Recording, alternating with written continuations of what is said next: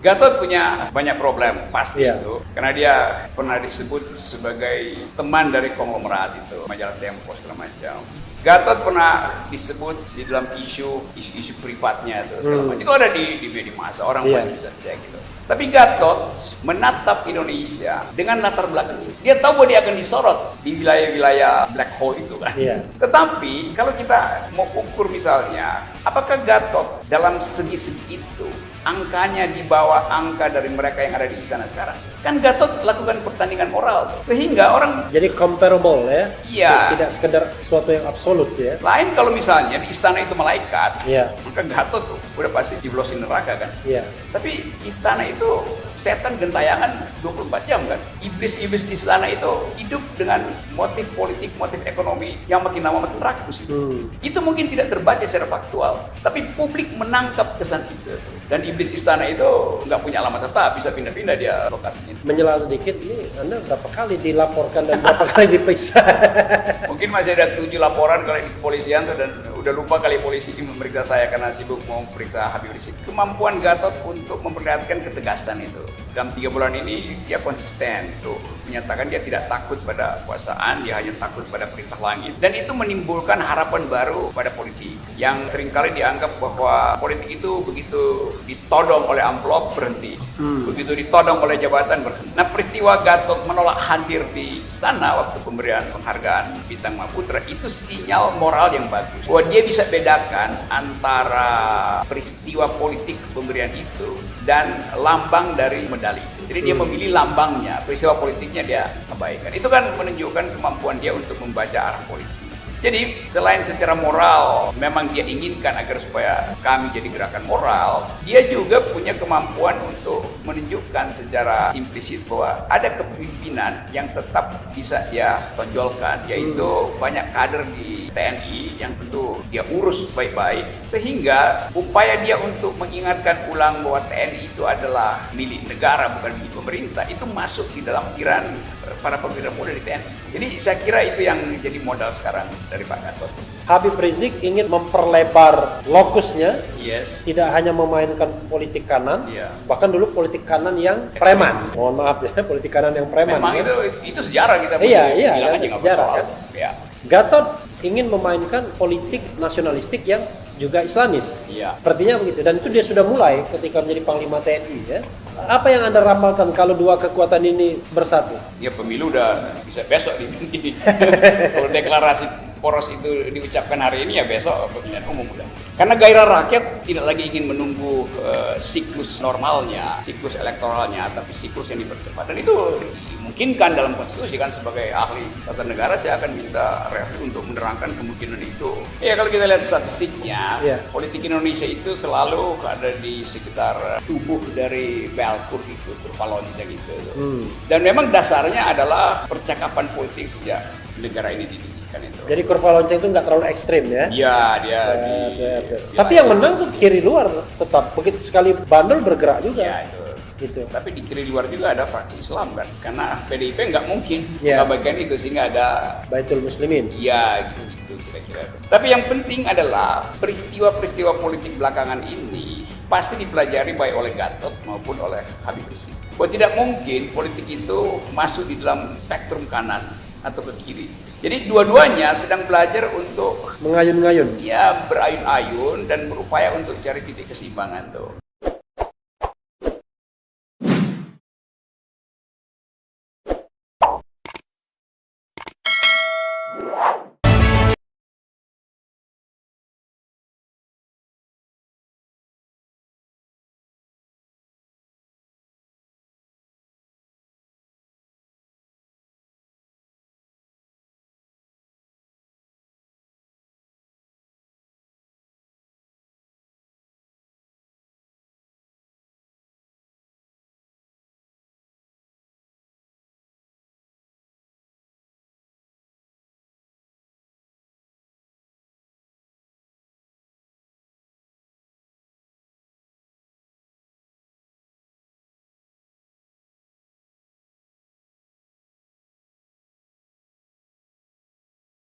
Gatot punya banyak problem pasti Iya. itu, karena dia pernah disebut sebagai teman dari konglomerat itu, majalah Tempo segala macam. Gatot pernah disebut di dalam isu privatnya itu segala macam. Itu ada di media massa, orang Iya. masih bisa cek gitu. Tapi Gatot menatap Indonesia dengan latar belakang ini. Dia tahu bahwa dia akan disorot di wilayah-wilayah black hole itu kan. Iya. Tetapi kalau kita mau ukur misalnya, apakah Gatot dalam segi-segi itu angkanya di bawah angka dari mereka yang ada di istana sekarang? Kan Gatot lakukan pertandingan moral tuh. Sehingga orang Jadi comparable ya. Iya. Tidak sekedar sesuatu yang absolut ya. lain kalau misalnya di istana itu malaikat, Iya. maka Gatot tuh udah pasti jeblosin neraka kan. Iya. Tapi istana itu setan gentayangan 24 jam kan. Iblis-iblis di istana itu hidup dengan motif politik, motif ekonomi yang makin lama makin rakus itu. Itu mungkin tidak terbaca secara faktual, tapi publik menangkap kesan itu. Dan iblis istana itu nggak punya alamat tetap, bisa pindah-pindah dia lokasinya. Menyela sedikit, ini Anda berapa kali dilaporkan dan berapa kali diperiksa? Mungkin masih ada 7 laporan kali di kepolisian tuh, dan udah lupa kali polisi ini memeriksa saya karena sibuk mau periksa Habib Rizik. Iya, kadang-kadang ya kita prihatin ya. Padahal kita tahu bahwa percakapan ini kalau dipelajari anak-anak muda milenial kan, mungkin akan menghambat hedonisme mungkin. Iya. Mereka mungkin lebih berpikir. Karena penonton kita ini pun usianya 25-34. Oh, itu siapa pemilih semua tuh. Iya, 25-34. Lalu ya di bawah 50 tahun semua ya. Jadi jauh di bawah usia kita. Yes. Ya. Bung Rocky ini luar biasa sebenarnya. Penampilan masih anak muda, walaupun usia sudah kakek-kakek. Saya Tapi penampilan masih kecuali menurut WHO ya, Bang Duli atau WHO yang 60 tahun itu WHO, usia WHO ya. Dari kata WHO sih 60 tahun masih pemuda, ya kan, berarti saya masih balita. Remaja saya. masih benur. Masih benar. Belum lobster ya. Lobster. Belum lobster ya. Iya. Apa tadi soal Gatot ya? Nah, soal Gatot Nurmantio. Pertandingan moral tadi dengan istana. Iya, itu pertandingan moralnya. Yang kedua, ada kemampuan Gatot untuk memperlihatkan ketegasan itu. Dalam 3 bulan ini dia konsisten tuh menyatakan dia tidak takut pada kekuasaan, dia hanya takut pada perintah langit. Dan itu menimbulkan harapan baru pada politik yang seringkali dianggap bahwa politik itu begitu ditodong oleh amplop berhenti, begitu ditodong oleh jabatan berhenti. Nah, peristiwa Gatot menolak hadir di istana waktu pemberian penghargaan Bintang Mahaputra itu sinyal moral yang bagus, bahwa dia bisa bedakan antara peristiwa politik pemberian itu dan lambang dari medali itu. Jadi dia memilih lambangnya, peristiwa politiknya dia abaikan. Itu kan menunjukkan kemampuan dia untuk membaca arah politik. Jadi selain secara moral memang dia inginkan agar supaya kami jadi gerakan moral, dia juga punya kemampuan untuk menunjukkan secara implisit bahwa ada kepemimpinan yang tetap bisa dia tonjolkan, yaitu banyak kader di TNI yang tentu dia urus baik-baik, sehingga upaya dia untuk mengingatkan ulang bahwa TNI itu adalah milik negara bukan milik pemerintah itu masuk di dalam pikiran para perwira muda di TNI. Jadi saya kira itu yang jadi modal sekarang dari Pak Gatot. Nah, bersama dengan itu terhubunglah politik moral Gatot dengan politik akhlak Habib Rizik. Oke. Nah, Yang kita Anda dalam sebut dengan koalisi Menteng Petamburan. Petamburan. Saya tidak mau mengatakan Menteng Petamburan karena orang nggak tahu Menteng itu di mana. Yang tahu adalah tadi tempat tinggal Anda. Itu Jalan Tosari dulu namanya. Enggak, yang sekarang di Hambalang. Bukan Hambalang. Sentul. Sentul. Jadi poros Sentul Petamburan. Agak jauh sedikit tapi makin mendekat. Sentul itu di antara Menteng Petamburan. Tuh, dan karena itu channel Refri Harun akan menghubungkan antara politik moralnya Gatot dan politik akhlaknya Habib Rizik. Dua-duanya terhubung oleh politik akal sehat. Tapi yang menarik adalah ada seperti simbiosis ya. Habib Rizik ingin memperlebar lokusnya, Yes. tidak hanya memainkan politik kanan, Iya. bahkan dulu politik kanan yang preman. Mohon maaf ya, politik kanan yang preman. Memang ya. itu sejarah kita. Iya, bilang kan, aja nggak sejarah bersoal. kan. Ya. Gatot ingin memainkan politik nasionalistik yang juga Islamis. Iya. Sepertinya begitu. Dan itu dia sudah mulai ketika menjadi Panglima TNI ya. Apa yang Anda ramalkan kalau dua kekuatan ini bersatu? Ya pemilu udah bisa besok di kalau deklarasi poros itu diucapkan hari ini ya besok pemilihan umum udah. Karena gairah rakyat tidak lagi ingin menunggu siklus normalnya, siklus elektoralnya, tapi siklus yang dipercepat. Dan itu dimungkinkan dalam konstitusi kan. Sebagai ahli tata negara saya akan minta Refli untuk menerangkan kemungkinan itu diucapkan secepat-cepatnya. Ya, saya kan hanya mengatakan saja by constitutions itu yang namanya pergantian presiden itu bisa karena pemilihan, Yes. itu kan setiap 1 kali dalam 5 tahun, bisa karena pemberhentian, itulah impeachment, Yeah. bisa karena sang presiden mengundurkan diri, Yeah. dan itu pernah terjadi semua dalam politik kita Betul. kan, gitu. Mengundurkan diri tahun 98, impeachment 67 2001, election 2004, 2009 dan 2014 dan 2019. Sejarah tuh punya rumus sendiri itu, dan kadangkala rumus sejarah itu yang akhirnya dipakai sebagai tafsir dari konstitusi itu. Jadi kalau faktanya udah terjadi ya konstitusi terpaksa mesti dicarikan Tidak hanya keterangannya. tafsir tapi juga teks. Jadi ketika Oh, iya.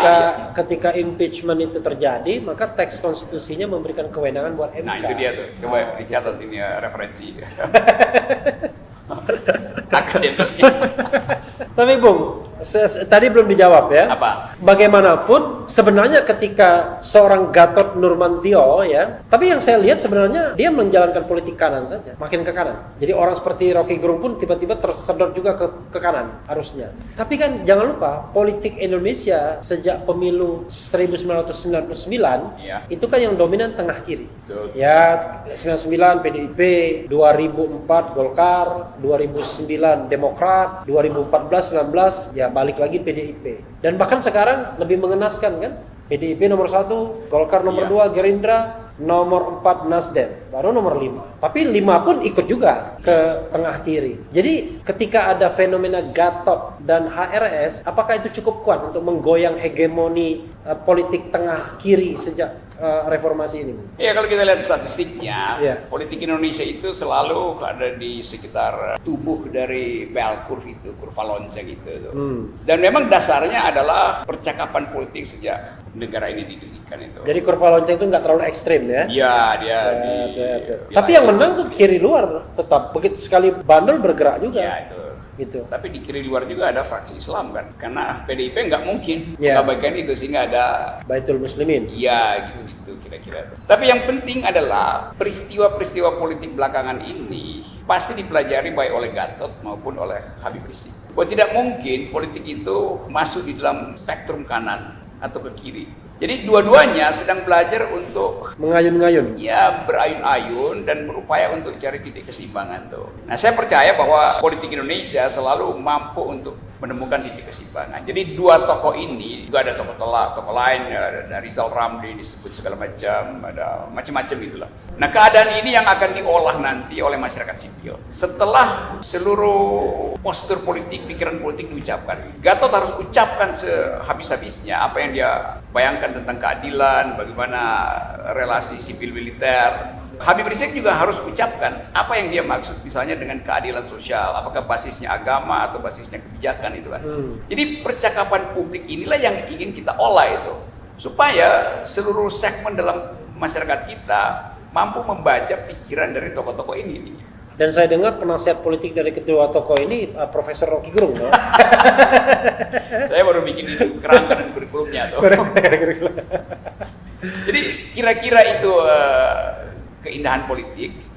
Nah, kekuasaan selalu tidak ingin melihat itu. Karena itu nanti kekuasaan akan terus mendorong Habib dan Gatot itu ke spektrum kanan kan. Oke. Tapi- Biar dia terlokalisir di sana Iya, di situ tuh. dan mudah di apa-apain. Ya, mudah dibersihkan gampangnya kan.